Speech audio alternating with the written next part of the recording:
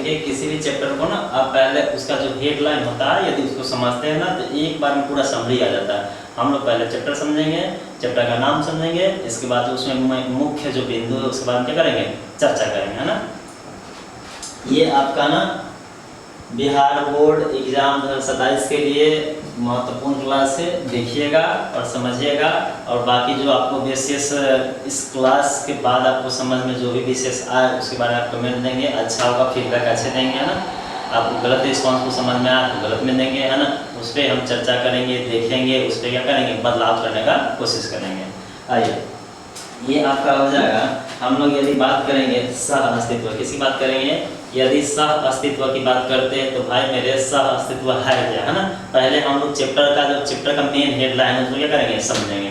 देखिए ये कह रहा है कि आपदा और सह अस्तित्व। यदि हम इसकी परिभाषा की बात करें, किसकी बात करें, यदि हम इसकी परिभाषा की बात करें तो परिभाषा सिंपल सा है, आप ध्यान सुनिएगा और आप लिखेंगे, कॉपी निकालेंगे और साथ में क्या करेंगे, लिखेंगे।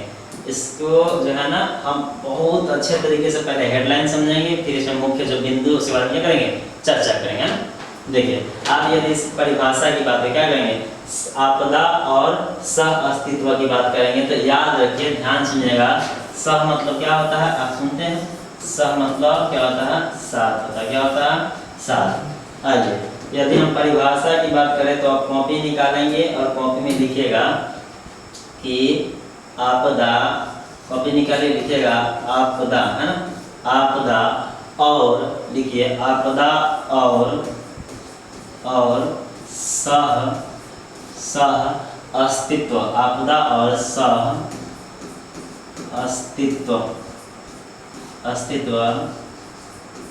क्या होता है या क्या है ना। इसके बारे में क्या करेंगे, हम समझने का प्रयास करेंगे। आप कॉपी निकालेगा और लिखिएगा, नीचे से परिभाषा रूप में लिखिएगा कि आपदा की घड़ी में लिखिएगा कि आपदा की घड़ी लिखिए, आपदा की घड़ी या आपदा की परिस्थिति, आपदा की परिस्थिति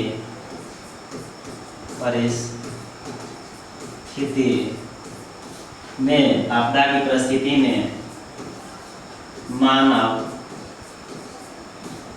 अपने जीवन को, मानव अपने जीवन को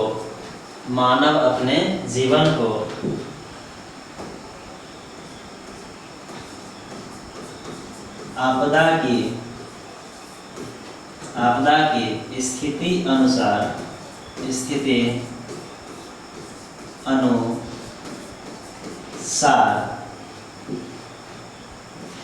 संतुलन बनाए रखता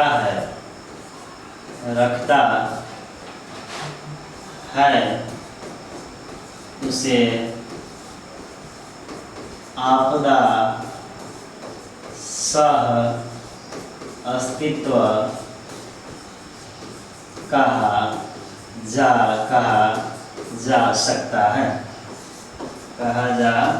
सकता है, आप ध्यान सुनेंगे। आपदा की स्थिति कोई भी हो सकता है, जैसे ध्यान सुनिएगा,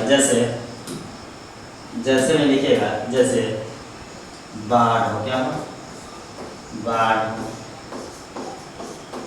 सुनामी हो, है ना, सुखाड़ हो, क्या हो, सुखाड़। ये सब आपका आपदा क्या है। इसकी घड़ी में यदि आपके पास या आपके मोहल्ले गांव में बाढ़ आए, सुनामी आए, सुखाड़ आए, तो इस घड़ी में, है ना, इस स्थिति में मानव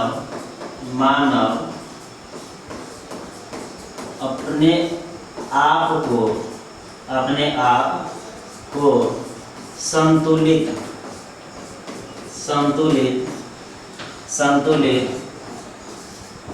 बनाए रखता, क्या रखता है, बनाए रखता है, उसे क्या कहेंगे, आपदा सह अस्तित्व। यदि आप अगला एक और परिभाषा की बात करें तो इसका एक और हम छोटा सा परिभाषा दे सकते हैं। छोटा सा परिभाषा इस प्रकार होगा, सीधे लिख सकते हैं, सीधे लिखिएगा ऐसे करके, अर्थात करके या पैराग्राफ चेंज करके आप लिख लेंगे, है ना। पैराग्राफ चेंज करके या अर्थात करके आप क्या करेंगे, लिखेंगे। जैसे लिखिएगा, ध्यान सुनिएगा, लिखिएगा कि मानव आपदा की घड़ी में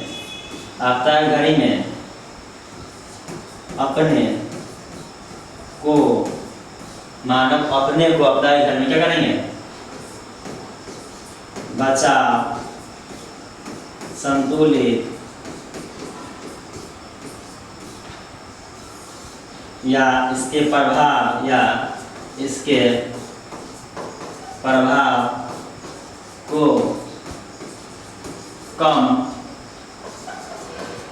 करने के साथ साथ जीवन जीना ही आपदा सह अस्तित्व कहलाता है। क्या कहलाता है, सह अस्तित्व कहलाता है। जैसे मान लीजिए बाढ़ है, क्या है, माना कि क्या हुआ, बाढ़ है, ध्यान सुनिएगा। जैसे मान लीजिए बाढ़ है या सुनामी है, उस स्थिति में हमें घबराना नहीं है, उसके परिस्थिति के अनुसार हमें जीवन क्या करना है, जीना है। यही क्या कहलाता है, आपदा और सह मतलब साथ, आपदा मतलब आपदा है क्या यार, मान लीजिए कोई आपदा है, सुनामी आया, बाढ़ आया, है ना, भूकंप आया, इसके साथ क्या कर रहा है, आपदा आया तो आपदा में कुछ भी आ सकता है, इसके साथ अपना अस्तित्व बिना गवाए, अपना अस्तित्व बिना खत्म किए उसके साथ उसके अनुरूप चलना ही क्या कहलाता है, आपदा सह अस्तित्व। सह मतलब साथ, किसके साथ, आपदा के साथ, और अपना जो अस्तित्व है, मानव अस्तित्व है, उसको बनाए रखना ही क्या कहलाता है,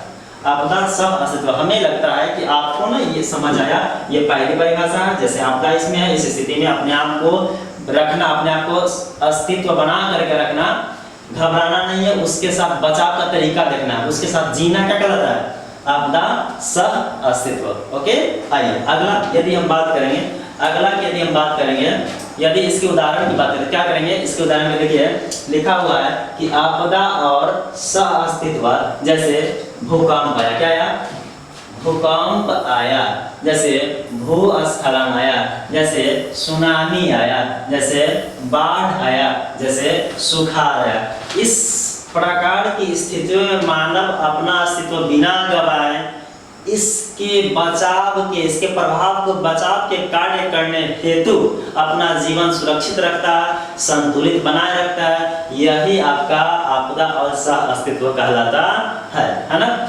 आइए इसमें दो चार पॉइंट है, आप अच्छे से नोट करें। क्या करेंगे, अच्छे से नोट करिएगा, लिखिएगा। जो भूकंप है लिखिएगा, इसमें एक दो पॉइंट ना थोड़ा सा इम्पोर्टेंट है, इसके बारे में लिखा देते हैं। देखिएगा ये भूकंप यह अति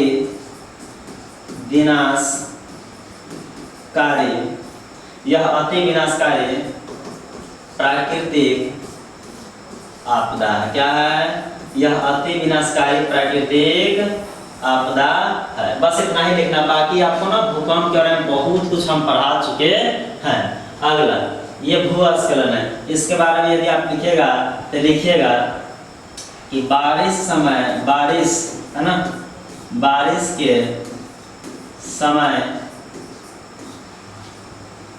के समय कचरा, मिट्टी गिरना, क्या करना, गिरना या खसकना, या खसकना ही हिमस्खलन, जब भूस्खलन कहता है, भूस्खलन कहलाता है। ध्यान सुनिएगा, इसमें एक और पॉइंट लिखिएगा, यह भी प्राकृतिक आपदा का ही एक रूप है। क्या है, रूप है। यदि हम हिमस्खलन या भूस्खलन की यदि और भी बात करेंगे तो हम अगला स्लाइड में दिए हुए इसके बारे में बहुत अच्छे से पढ़ना है, टेंशन नहीं लेना। सुनामी क्या है, लिखिएगा सुनामी से, लिखिएगा इसमें मेन पॉइंट आपको लिखा देते हैं, लिखिएगा कि सुनामी से तटीय क्षेत्र, तटीय क्षेत्र, सुनामी से तटीय क्षेत्र जलमग्न होने के बाद, जलमग्न होने के बाद, जलमग्न होने के बाद, जलमग्न होने के बाद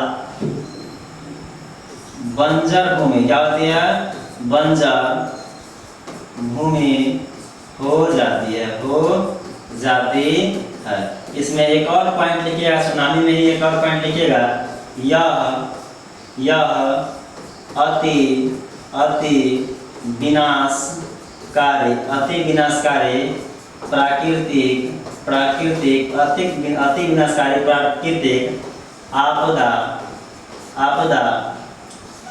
के अंतर्गत आता है, के अंतर्गत आता है। ये हम आपको पढ़ा चुके हैं, फिर भी आपको हम लिखा रहे हैं ताकि आपका फिर से रिकॉल हो जाए। सुनामी की यदि हम और भी बात करेंगे तो यह मुख्य रूप से तटीय क्षेत्रों में आती है। इसके बारे में बहुत अच्छे से पिछले लेक्चर में हम पढ़े हैं, यदि नहीं पढ़े तो पिछले लेक्चर क्या कर लेंगे, आप देख लेंगे, आपको समझ में आ जाएगा। इसके बारे में बहुत अच्छे तरीके से हम पिक्चर में आती लगभग आपको पिछला लेक्चर में लिए हुए हैं, पूरा फिगर के माध्यम से।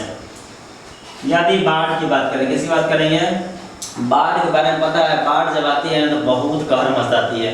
पता ना कल के लेक्चर में बताया था कितना घर दहा दिया, कितना जिला, कितना लोग बेघर हो गया ना। यदि बाढ़ की बात करेंगे तो यह भी लिखिएगा, यह भी एक अति विनाशकारी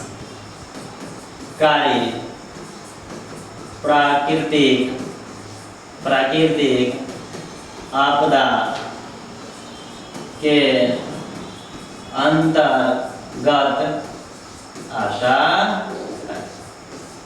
समझ आया होगा। बाढ़ के बारे में पढ़ना है तो आप इसी लेक्चर में जाइएगा, पूरा का पूरा हम आपको पढ़ा चुके हैं। एक चैप्टर है बाढ़, है ना, बाढ़ भूकंप सुनामी एक चैप्टर है ना।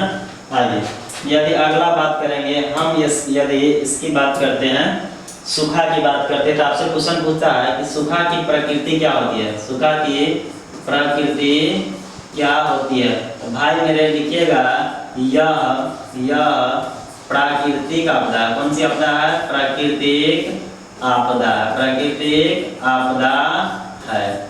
यह जो है इसी में लिखिएगा प्राकृतिक आपदा धीरे धीरे आती है। आपसे क्वेश्चन पूछेगी प्राकृतिक आपदा कैसे आती है, तो धीरे धीरे आती है। यह क्वेश्चन कई बार पूछा गया है, इसलिए इसको ना अंडरलाइन कर लेंगे और लिखिएगा कि सुखाड़ की जो प्रकृति होती है यह धीरे धीरे आती है। कैसे आती है, तो संकेत देकर आती है। कैसे देती है, संकेत के माध्यम से, संकेत के माध्यम से आती है ना। चलिए, हमें लगता है कि आपको भूकंप, भूस्खलन, सुनामी, बाढ़, सुखाड़ इसके बारे में बहुत अच्छे समझ आया होगा। दूसरी बात कि आप यदि नहीं पढ़े तो पिछला लेक्चर देखेंगे, इसके बारे में डिटेल से पढ़ें। यदि हम तीसरी बात करेंगे तो इसका मतलब यही है कि यदि भूकंप, भूस्खलन, सुनामी इस प्रकार की प्राकृतिक आपदा आती है तो इस प्राकृतिक आपदा में अपने आप के अस्तित्व को खत्म न करके इसके साथ जीना सीखेंगे। क्या करेंगे, इसके साथ जीना सीखेंगे, इसके प्रभाव को कम करने का उपाय करेंगे और हम अपने आप को बचाए रखेंगे, संतुलित करके रखेंगे। यही अस्तित्व कहलाता है। क्या कहलाता है, सह अस्तित्व। आपदा की घड़ी में साथ रहना सह अस्तित्व कहलाता है। ओके, चलिए अगला यदि हम बात करेंगे, यहाँ पर दिया हुआ 26 जनवरी 2001 गुजरात भुज दिया। क्या दिया है, आपसे क्वेश्चन पूछा जाता है। क्या कहता है, आपसे क्वेश्चन पूछा जाता है, ध्यान से सुनिएगा। आपसे क्वेश्चन पूछा जाएगा कि बताइए, पहले बोर्ड पर अच्छे से समझेंगे क्या कह रहा है नहीं कह रहा है, इसके बारे में समझने का प्रयास करिएगा। 26 जनवरी 2001 को गुजरात में, कहाँ पे, गुजरात में, गुजरात के पास भुज है। क्या है, गुजरात ऑप्शन आ गया एग्जाम जब एमसीक्यू बनाएंगे ना तो कहेगा भुज किसके अंतर्गत, गुजरात के। किसके अंदर, यदि भुज की बात करें, क्या की बात करें, भुज की, तो सबसे पहले समझिए कि गुजरात है। यहाँ पर नोट देख लीजिए, क्या दीजिए, नोट देकर लिखिए कि गुजरात का यदि भूकंप क्षेत्र पूछे, क्या पूछे, भूकंप क्षेत्र पूछे, क्या पूछे, यदि आपसे भूकंप क्षेत्र पूछता है, क्या पूछता है, तो यहाँ पर नोट देके लिखिए, अच्छे से लिखिएगा, आपसे कई बार क्वेश्चन पूछा गया है। भूकंप क्षेत्र पूछे तो सिंपल, यदि आपसे यदि सिंपल गुजरात पूछे, क्या पूछे, सिंपल यदि गुजरात पूछे, क्या पूछे, यदि सिंपल आपसे गुजरात पूछेगा, यदि सिंपल आपसे गुजरात पूछता है तो आप बताएंगे इसका ना जोन 4, क्या बताएंगे, जोन 4 बताइए, क्या बताइएगा, जोन 4 बताइएगा। यदि आपसे क्वेश्चन पूछता है, यदि आपसे क्वेश्चन पूछता है कि बताइए उत्तरी, क्या पूछता है, उत्तरी गुजरात, क्या पूछता है, यदि उत्तरी गुजरात पूछता है, क्या पूछता है, यदि उत्तरी गुजरात पूछता है तो इसका जोन चेंज हो जाएगा, क्या हो जाएगा, इसका जोन क्या हो जाएगा, यदि उत्तरी गुजरात पूछेगा तो इसका जोन 3 हो जाएगा, क्या हो जाएगा, जोन 3 हो जाएगा, पूछा गया क्वेश्चन है। अब हम बात करते हैं भुज, तो इसको सीधे समझ लीजिए, भुज क्या है, 4 में आएगा, किसमें आएगा, भुज 4 में आएगा। दूसरा बात, ये क्वेश्चन है गुजरात के बारे में, कह रहा है कि देखिए गुजरात में भूकंप आया था, क्या आया था, भूकंप आया था, इतने लोगों का ये इस प्रकार के तहस में, ये आपका रिपोर्ट है, क्या है, रिपोर्ट है, क्या है, रिपोर्ट है, यह रिपोर्ट दिया गया है। यदि हम इसकी बात करेंगे और क्या इंपोर्टेंट हो सकता है, तो देखिए ध्यान सुनिएगा, ये जो है 26 जनवरी 2001 को गुजरात भुज में आया था भूकंप, क्या आया था, भूकंप आया था, क्या आया था, भूकंप आया था, भूकंप आया, क्या आया, भूकंप आया। आपको पता है भूकंप एक प्राकृतिक आपदा, कैसी आपदा है, प्राकृतिक आपदा, इसमें तो कोई डाउट होगा नहीं, डाउट होगा भी नहीं। आइए, कह रहा है कि जब भूकंप आए ना उस समय 1.6 लाख लोग क्या हुए थे, जख्मी हो गए थे, घायल थे, क्या थे, घायल हो चुके थे। आप लिखेंगे, ये पॉइंट आपको लिखना है। अगला कह रहा है 21 को जिला क्या हो गया था, समाप्त हो गया, क्या हुआ था, समाप्त हो गए थे। 1.97 करोड़ लोग इस आपदा से प्रभावित थे, क्या थे, इस आपदा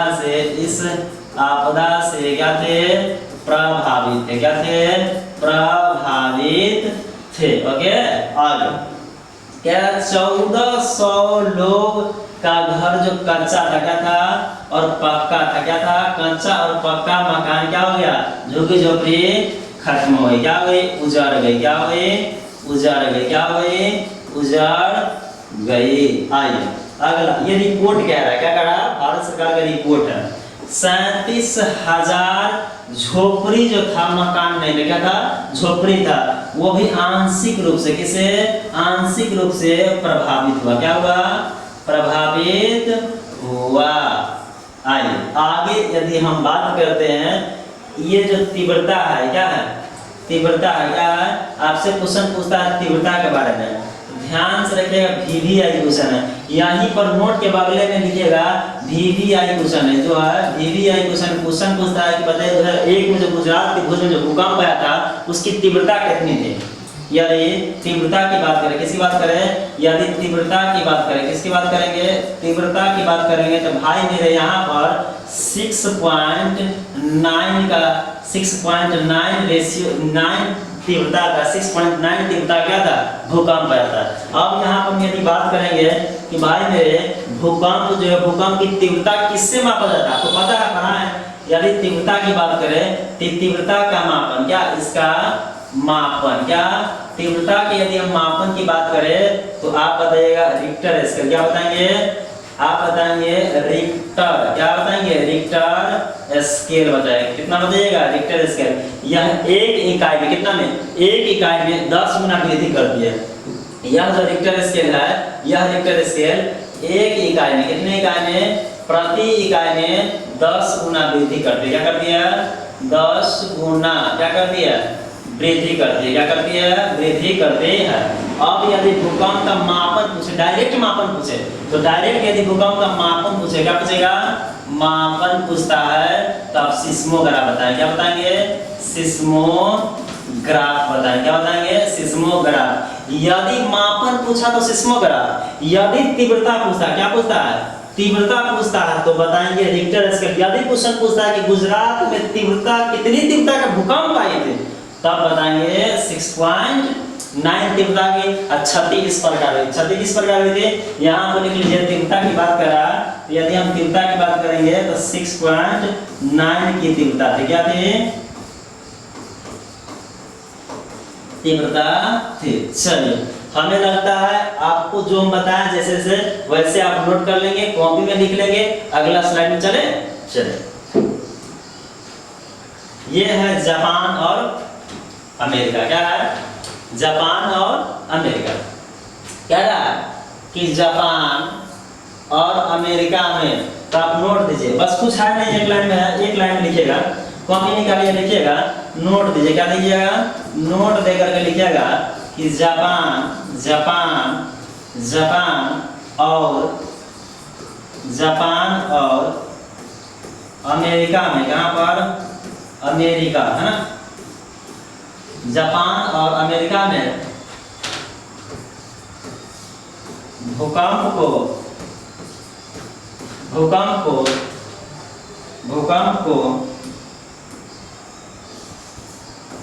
अल्पकालिक, कौन कालिक, अल्पकालिक आपदा, अल्पकालिक आपदा के रूप में जानते। अल्पकालिक आपदा के रूप में क्या करते हैं, जानते हैं। अर्थात इन लोगों के लिए, जापान और अमेरिका के लोगों के लिए जो भूकंप है वह अल्पकालिक आपदा, कौन सी आपदा है, अल्पकालिक आपदा। यही क्वेश्चन, विशेष इसमें कुछ पढ़ने की जरूरत आपको नहीं है। अगली हम यदि बात करते हैं, क्या कहते हैं कि भूकंप से सुरक्षित, किससे, भूकंप से सुरक्षित रहने के लिए किस प्रकार के भवनों का निर्माण जरूरी है। यह आपके अभ्यास में क्वेश्चन है, पूछा भी गया है।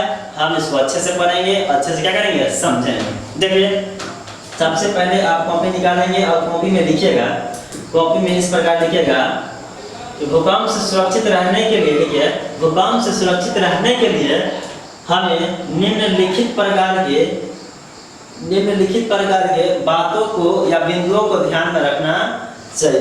पहला लिखिएगा, एक नंबर लिखिएगा कि मकान, ऐसे भवन लिखो, क्या लिखो, भवन, ये भवन है, भवन की क्या होनी चाहिए, यदि भवन की बात करें तो भवन की आकृति, क्या आकृति, भवन की आकृति आयताकार, कैसे, आयताकार होनी चाहिए। यदि दूसरी बात करेंगे कि भवन नक्शा में साधारण होना चाहिए, क्या होना चाहिए, साधारण होना चाहिए। पहला आपका खत्म। दूसरा आप लिखिए, 2 नंबर देकर लिखिएगा, 2 नंबर लेकर लिखिएगा भवन, क्या लिखिएगा, भवन। फिर इसमें हम पॉइंट बताएंगे, इसमें क्या बताएंगे, पॉइंट बताएंगे। इसमें हम लोग पॉइंट बाय पॉइंट पढ़ेंगे। आइए, जो भवन बनेगा तो बालू, क्या, बालू प्लस गिट्टी अर्थात कंक्रीट प्लस सीमेंट प्लस लोहा जो छड़ होता है, इसकी रेशियो, क्या, रेशियो अनुपात बराबर होने चाहिए या सही होना चाहिए। क्या होना चाहिए, मानक अनुरूप होना चाहिए। कैसा होना चाहिए, मानक अनुरूप होना चाहिए। अगला लीजिएगा 3 नंबर। कितने नंबर लिखना है, 3 नंबर लिखना है। आपको कितना नंबर लिखना है, 3 नंबर लिखिए। चलिए 3 नंबर में आप दीजिए, 3 नंबर में लिखिए। इसका तो एक ही हो जाएगा, इसका ना 1 मिनट हम छोटा सा कर दें, छोटा सा करके इसे मिटाते हैं। आप इसको ना ऐसे करके, ऐसे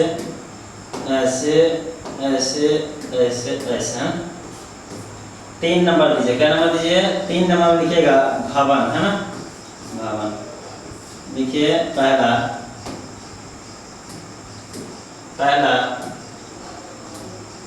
पहला भवनों की आकृति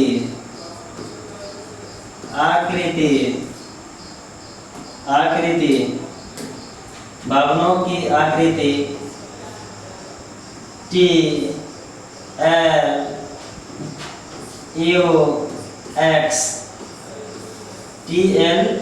अर्थात टी लक्स भी बोल सकते हैं, क्या बोल सकते हैं? TLUX के आधारित होना चाहिए। क्या होना चाहिए? से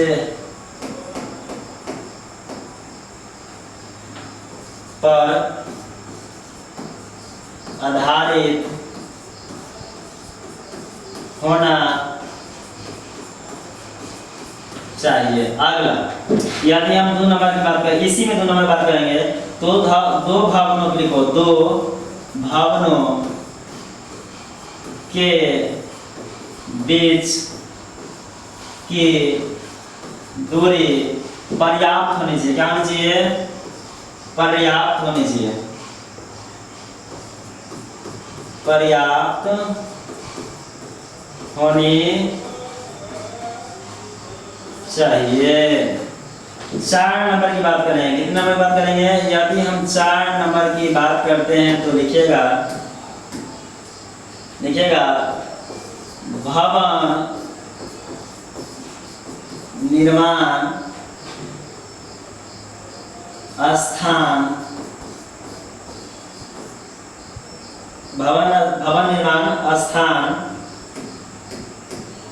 भवन निर्माण स्थानों की मिट्टी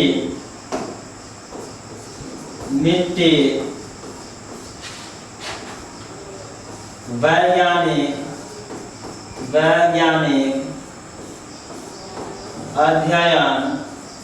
अध्ययन होना चाहिए। क्या होना चाहिए? वैज्ञानिक अध्ययन होना चाहिए। यदि हम और बात करें, क्या बात करें? यदि हम और बात करेंगे और यदि हम 5 नंबर की बात करेंगे तो आप लिख सकते हैं कि हमेशा भवनों का निर्माण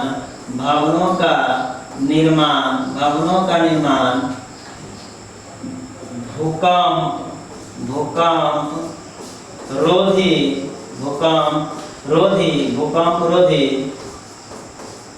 होना चाहिए या होनी चाहिए, है ना। अगला यदि हम बात करेंगे, यदि हम और बात करेंगे तो छठा लिखिए। कैसा लिखिए? करना लिखिए, छठा लिखिए। 6 नंबर की यदि हम बात करेंगे तो आप लिखिएगा भवनों में दीवारें, भवनों की दीवारों में, भवनों के दीवारों को सहारा हेतु कॉलम होना चाहिए। क्या होना चाहिए? कॉलम होना चाहिए। अब आपको समझा देते, एक पॉइंट समझाना तो लिखने में बिजी थे। देखें, यदि आपसे क्वेश्चन पूछता है कि बताइए भूकंप से सुरक्षित रहने के लिए हमें किस प्रकार की भवनों के निर्माण करना चाहिए, कहिएगा कि भूकंप से बचने हेतु हमें निम्नलिखित बिंदुओं को ध्यान में रखना चाहिए। पहला बिंदु बोर्ड पर देखेंगे और अच्छे से आप समझने का प्रयास करेंगे, है ना।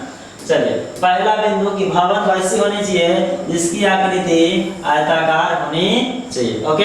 दूसरा, भवन वैसी होना चाहिए जो नक्शा में, किसमें? नक्शा में कैसी होनी चाहिए? साधारण होनी चाहिए। नक्शा में क्या होनी चाहिए? साधारण होनी चाहिए। यदि दूसरी बात करेंगे तो भवन जो निर्माण होता है, उस भवन निर्माण में जो मटेरियल यूज किया गया, जो सामग्री यूज किया गया, वो बालू गिट्टी, सीमेंट, लोहा, इस सभी का जो अनुपात है वह जितना होना चाहिए सच में उतना ही होना चाहिए। जैसे देखिएगा 1 क्विंटल जो गिट्टी होता है उसमें कितना बालू, तो राजे मिस्त्री बताएगा, जो घर बनाता है उसको पता होता है कि हाँ भाई मेरे यदि 1 बोरा सीमेंट है तो उसमें कितना बालू, कितना क्विंटल बालू मिक्स होएगा, उसका अनुपात ना बराबर होना चाहिए, मतलब जो मानक है उतना होना चाहिए, कम या ज्यादा नहीं होना चाहिए। अगला कह रहा है कि भवन जब निर्माण करते हैं तो उसकी आकृति जो सरकार द्वारा निर्धारित है TLUX, T लक्ष्य पर आधारित होना चाहिए, वो भी छोटे छोटे आयताकार में, किसमें, छोटे छोटे आयताकार में होना चाहिए। समझ आया होगा। अगला कह रहा है इसी में कि 2 भवनों के बीच पर्याप्त क्या होनी चाहिए, जगह होनी चाहिए, है ना, छूट गया, पर्याप्त जगह होनी चाहिए। आप लिख लेंगे पर्याप्त स्पेस होनी चाहिए। भवन निर्माण स्थानों की मिट्टी वैज्ञानिक अध्ययन होने चाहिए, अर्थात जिस जगह पे आप घर बना रहे हैं उस जगह की मिट्टी को वैज्ञानिक पद्धति के अनुसार अध्ययन होना चाहिए, जिससे पता चलेगा कि आप जहाँ घर बना रहे हैं उस मिट्टी में कितनी पावर है या कितना क्षमता है, जो आपकी जो घर बन रही है वह कितना बिल्डिंग बना सकता है, कितना 5, 10, 20, 25 ऐसे होता है ना। बहुत जगह 5 मंजिल अलाउ नहीं है, बहुत जगह आप 6 मंजिल घर बना रहे हैं ना वो अलाउ नहीं है, क्योंकि वहाँ पर विशेष अध्ययन किया जाएगा यहाँ कितना मट्टी जो है ना कितना लोड सह सकता है, धस जाएगा बस कहानी खत्म हो जाएगा। इसलिए विशेष क्या होना चाहिए, वैज्ञानिक अध्ययन होना चाहिए। 5वां है कि हमेशा भवनों का जब निर्माण होता है वह भवनों के निर्माण भूकंप रोधी ध्यान में रखना चाहिए। इस प्रकार के भवनों क्या करना चाहिए, निर्माण करना चाहिए। अगला कह रहा है कि भवनों के दीवारों को, किसको, दीवारों को सहारा देने हेतु तो क्या होना चाहिए, कॉलम होना चाहिए। जो घर आता होगा ना, घर में कोना में जो कोना नहीं होता देखिएगा वहाँ पिलर डलाता है, किसी में मतलब ये चौड़ा होता है, किसी में सर्कल गोलाकार होता है, वही कॉलम है जिसमें छाननी डालते हैं वो कॉलम आधारित घर होना चाहिए, ना कि डायरेक्ट ईंट आधारित होना चाहिए। ईंट के साथ साथ कॉलम भी होना चाहिए। चलिए हमें लगता है इसमें अब कुछ है नहीं, जो हम आपको पढ़ा दिए ना इसके अलावा कुछ पढ़ने की जरूरत नहीं है। इसे हम अगली स्लाइड में चलिए अगली स्लाइड में चलते हैं, ध्यान सुनिएगा। अगला आपका स्लाइड है कि यहाँ पे ना थोड़ा सा गलत है तो इसको हम लोग ऐसे कर लेंगे, ऐसे ऐसे ऐसे ऐसे ऐसे लेकर के इसको ना ऐसे करेंगे और यहाँ पे ऐसे करते हैं, फिर आपको बताते हैं। एक मिनट जस्ट वेट। हाँ आ जाए, यहाँ पर थोड़ा सा गलत लिखा गया था, ये सुखाड़ है, क्या है, सुखाड़ क्या है, क्या है, सुखाड़ की स्थिति में मिट्टी के, सुखाड़, ये सुखाड़ लिखा हुआ, सुखाड़ की स्थिति में मिट्टी के नमी को बनाए रखने का उपाय। यदि सुखाड़ की स्थिति है उस समय हम मिट्टी में नमी की स्थिति कैसे बना के रखेंगे, बहुत सारे उपाय है, ध्यान समझिएगा और लिखिएगा। बाद में लिखना आपको सब है, पूरा A to Z लिखना है, पहले समझ लीजिए क्योंकि लिखा हुआ था, आप स्क्रीनशॉट लेकर बाद में लिख सकते हैं ना।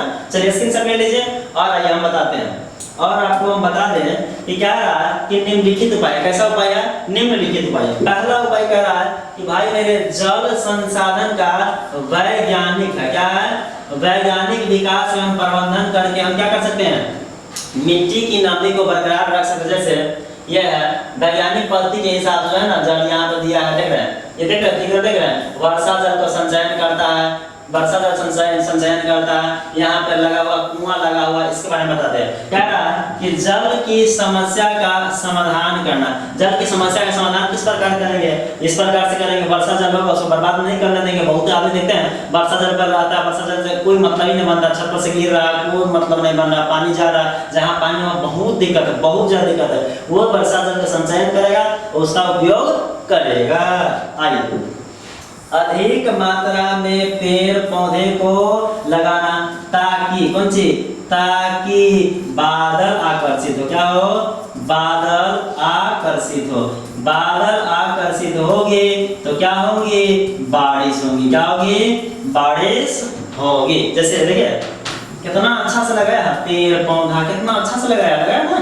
आइए अगला कह रहा कि सूक्ष्म सिंचाई ड्रिप स्प्रिंकलर है, यहाँ पर छिड़काव तंत्र लिखिए, क्या लीजिए, छिड़काव तंत्र लिख लीजिए। छिड़काव तंत्र को क्या करना, अपनाना। उस स्थिति में हम पानी का यूज बहुत ध्यान से करेंगे। जैसे खेत है, यहाँ पाइप लगा, क्या लगा, जहाँ बीज है, जहाँ फसल है, वहाँ पर एक छिद्र होता है, उसके माध्यम से उस झाड़ी में पानी चलता है, बर्बाद नहीं होगा, बाकी जगह पानी जाएगा नहीं, बर्बाद होगा नहीं करेगा। आइए यहाँ पे, यहाँ एक नोजल लगा हुआ है, ये नोजल एरिया कवर करता है, क्या करता है, एरिया कवर करता है। उस एरिया कवर करके उस क्षेत्र में क्या करता है, पानी पहुंचाता है। इससे भी हम पानी के जल में जो मट्टी में जो नमी है उनके बरकरार रख सकते हैं। अगला आप कॉपी निकाल कर सब नोट कर लीजिएगा। देखिए कह रहा है कि शुष्क, यहाँ पर शुष्क हो, क्या होगा, शुष्क क्षेत्रों में उपजाई जाने वाली फसलें, क्या, शुष्क क्षेत्र में उपजाई जाने वाली, आप कॉपी निकालेगा उसमें लिखिएगा कि शुष्क क्षेत्र में उपजाई जाने वाली फसलें कौन कौन सी हो सकती है। औषधि पौधा हो सकता है, नागफनी हो सकता है, नागफनी हो सकता है, ज्वार हो सकता है, बाजरा हो सकता है, कैक्टस हो सकता है। सबका पिक्चर दिया हुआ है। आपसे क्वेश्चन पूछता है कि शुष्क क्षेत्र में हम किस प्रकार की फसलों का उपयोग करेंगे, उस प्रकार की फसलों का उपयोग करेंगे जिसमें पानी की मात्रा ज्यादा ना हो। जैसे धान नहीं करेंगे, धान करेंगे पानी चाहिए उसको, लेकिन आप औषधि पौधा, नागफनी, ज्वार, बाजरा, कैक्टस ये सब कर रहे हैं, इसको उतना पानी की जरूरत नहीं होती है, आपकी फसल भी अच्छे से हो जाएगी। अगला नोट करके लिखिएगा कि सामान्य सुखाड़ कृषि सुखाड़ होता है। क्या होता है, देखिए आप नोट यहाँ से गलत लिखा हुआ है, आप नोट करेंगे, कॉपी में लिखेंगे कि भाई मेरे कि सुखाड़ की प्रकृति या सुखाड़ के प्रकार, क्या लिखेंगे, आप कॉपी निकालिए, उसमें लिखिएगा सुखाड़ के प्रकार 3 है। कितने हैं, 3 है। कॉपी में लिखिएगा ये पहला सुखाड़ है जिसे सामान्य सुखाड़ कहा गया। पहला सुखाड़, पहला नंबर सामान्य सुखाड़, दूसरा नंबर कृषि सुखाड़, दूसरा नंबर कृषि सुखाड़, तीसरा नंबर मौसम सुखाड़। क्या हो जाएगा, मौसम सुखाड़ हो जाएगा। अब आपको बता दे, ये नोट करके लिखिएगा। यहाँ पर ना कृषि सुखाड़ है, उसमें कोष्ठ देकर एक बात लिखिएगा कि सबसे खतरनाक सुखाड़ कृषि सुखाड़ होता है। आप नोट करके लिखिएगा, नोट करके लिखिएगा। हम लिख दे कहीं, जगह नहीं देख रहे हैं, नोट करके लिख लीजिए कहीं, यहाँ पर लिख लीजिएगा कि सबसे इसी का भाग है, ये कृषि सुखाड़ में लिखिएगा, 2 नंबर में लिखिएगा कि सबसे खतरनाक, है ना, खतरनाक सुखाड़, सबसे खतरनाक सुखाड़ की बात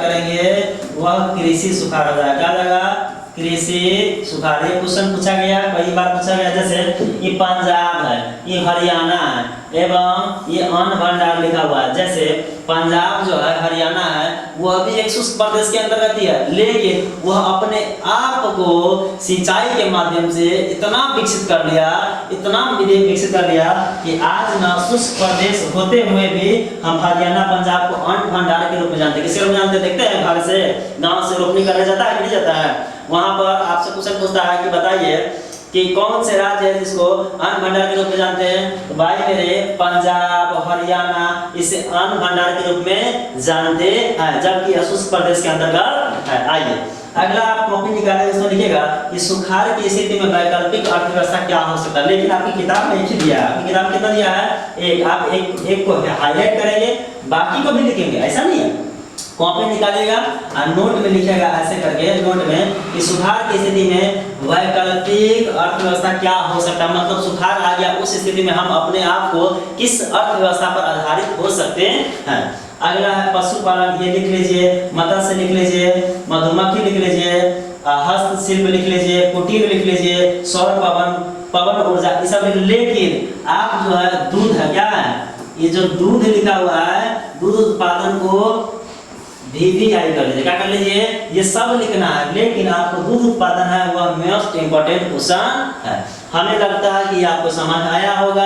आपसे क्वेश्चन भी पूछता है, अभ्यास बनाएंगे तो क्वेश्चन भी पूछेगा। ये बता दूं कि सुखाड़ की स्थिति में मिट्टी में नमी हम किस प्रकार बना सकते हैं, उनके उपाय बताइएगा। आप क्या बताएंगे, उपाय बता देंगे। अगला चलिए अगली स्लाइड की बात करेंगे। ये भी क्वेश्चन पूछा गया कि भूस्खलन क्या होता है। आपसे क्वेश्चन पूछा है कि भूस्खलन के कितने प्रकार या कितने प्रकार है और उसके बचाव का उपाय बताइए। पहला तो हम पढ़ेंगे कि भाई मेरे कि भूस्खलन क्या होता है। देखिए भूस्खलन हिमालय क्षेत्र में, किस क्षेत्र में, हिमालय क्षेत्र में आती है। यहाँ दिया गया है कि भूस्खलन के कई रूप हो सकते हैं। पहला यह रूप होगा कि यह बारिश के पानी के साथ मिट्टी और कचरे को नीचे गिराएगा, कहां से? हिमालय क्षेत्र से। आइए अगला, कंकड़ पत्थर खिसकेगा ऊपर से, हिमालय क्षेत्रों से। अगला हो सकता है कि कंकड़ पत्थरों का गिरना। अगला होगा चट्टानों का गिरना, या आप एक और पांचवा लिखना होगा तो लिख सकते हैं कि चट्टानों का खिसकना। क्या लिख सकते हैं? खिसकना लिख सकते हैं, खिसकना। एक है गिरना, चट्टानों का गिरना, एक है चट्टानों का खिसकना जो पांचवा हो जाएगा। तीसरा हो जाएगा कंकड़ पत्थरों का गिरना, चौथा और दूसरा हो जाएगा कंकड़ पत्थरों का खिसकना, और पहला हो जाएगा कि बारिश के पानी के साथ मिट्टी और कूड़े कचरे का नीचे गिरना। समझ आया? अब कह रहा है कि भाई मेरे तो हम पढ़ लिए कि कौन कौन से कारण हो सकते हैं। 4-5 कारण, कितना कारण है? 5 है। लेकिन इसको रोकने का उपाय, क्या करने का उपाय? हम रोक कैसे सकते हैं? रोक सकते हैं, देखिए कैसे रोक सकते हैं। पहला कह रहा है कि जो ढलवा जगह, जो ढलानी स्थान है, वहां पर घरों का निर्माण नहीं करेंगे। क्योंकि गिरेगा तो ढलानी जगह पर जाएगा, तो आप घर का निर्माण नहीं करना चाहिए। देखिए यहाँ पे ढलानी जगहों पर घर का निर्माण का संकेत दिया है, नहीं करना चाहिए। दूसरा कह रहा है कि सामान्य संचार एवं वैकल्पिक संचार का समुचित व्यवस्था होना चाहिए। ये सामान्य संचार है, रेडियो कल्ले पर आए हैं, कल्ले में देखो रेडियो, और ये है वैकल्पिक। क्या है? यदि आप नहीं पढ़े तो कल के पिछले लेक्चर में देखिएगा, एक लेक्चर पीछे देखिएगा। सामान्य संचार व्यवस्था, वैकल्पिक संचार व्यवस्था बहुत अच्छे से बताया गया। भूस्खलन से भूस्खलन के प्रभाव से बचने के लिए हम सामान्य संचार व्यवस्था और वैकल्पिक संचार व्यवस्था पर आधारित रहेंगे। ये सब इंफॉर्मेशन देती है। आप पिछली तक लेक्चर देखेंगे, लगभग 42 मिनट के लेक्चर है सिर्फ वैकल्पिक और सामान्य संचार व्यवस्था के ऊपर हम 42 मिनट के लेक्चर लिए हैं। आप अच्छे समझ, एक एक पॉइंट आपको बता दिए। देखिए, जिस एरिया में हिमस्खलन आता है वहां पर भूमिगत पाइप लाइन केबल इत्यादि को लचीला होना चाहिए, ताकि मट्टी वट्टी कंकड़ जब घस के तो वह जिस हिसाब से टेढ़ा हो ना या दलदली भूमि हो, उस हिसाब से अपने आप को जो केबल हो, तार हो, जो पाइपलाइन हो, वह मुड़ जाए। यदि कड़ा होगा वह नहीं मुड़ेगा, टूट जाएगा, टूट जाएगा। इसलिए भूस्खलन वाले क्षेत्रों में मिट्टी पत्थर सब गिरता रहता है तो दबाव बनता है। क्या बनता है? जिसके कारण से जो केबल है, यह केबल लचीला होना चाहिए। क्या होना चाहिए? लचीला। जबकि लोड पड़े तो ऑटोमेटिक वह आराम से मुड़ जाए, टूटे नहीं। आइए चौथा की बात करेंगे, जहां वनस्पति न हो वहां पेड़ लगाएंगे, पौधा लगाएंगे और विकास करने का प्रयास करेंगे। जहां पर वनस्पति नहीं है वहां पर हम क्या करेंगे? पेड़ पौधे लगाएंगे, वही क्षेत्र होता है। चलिए अगला, पांचवा की बात करेंगे तो प्राकृतिक जल अवरोध नहीं होना चाहिए। देखिए, प्रकृति के द्वारा जो बारिश का हो या इसके द्वारा जो पानी आता है, यदि उसको आप रोक के रखते हैं तो आप कहीं ना कहीं प्रभावित होंगे। किससे? भूस्खलन से। तो जो प्राकृतिक जल है वह उनकी रास्ता होनी चाहिए और आसानी से वह पानी अपनी रास्ता खोज के निकल जाने चाहिए। आप यदि उसको रोकते हैं तो भूस्खलन से आप प्रभावित हो जाएंगे। चलिए अब लास्ट यह कह रहा है कि सुनामी और बाढ़ क्या है। ये तो हम पढ़ा चुके हैं, आप नहीं देखे तो इस लेक्चर में जाकर देख लीजिए। यहाँ पर एक नोट दिया गया है कि भाई मेरे 1954 में बाढ़ कौन सी नियंत्रण हेतु 3 आयाम, कितने आयाम यहाँ पर दिया गया? आयाम ये कटा हुआ, क्या है? यहाँ पे कटा हुआ है, ये कटा हुआ है। आपसे क्वेश्चन पूछता है 1954 में बाढ़ नियंत्रण, आप कॉपी निकालेंगे वहां पर लिखेगा 1954 में बाढ़ नियंत्रण हेतु 3 आयाम। कितने आयाम? 3 आयाम। आयाम मतलब रास्ता होता है। क्या होता है? रास्ता, निकलने का रास्ता। किसी भी प्रॉब्लम परिस्थिति में निकलने का कई रास्ता होता है। जो बाढ़ नियंत्रण के लिए 3 रास्ता बताया। क्या होता है? 3 रास्ता बताया, तय किए गए हैं।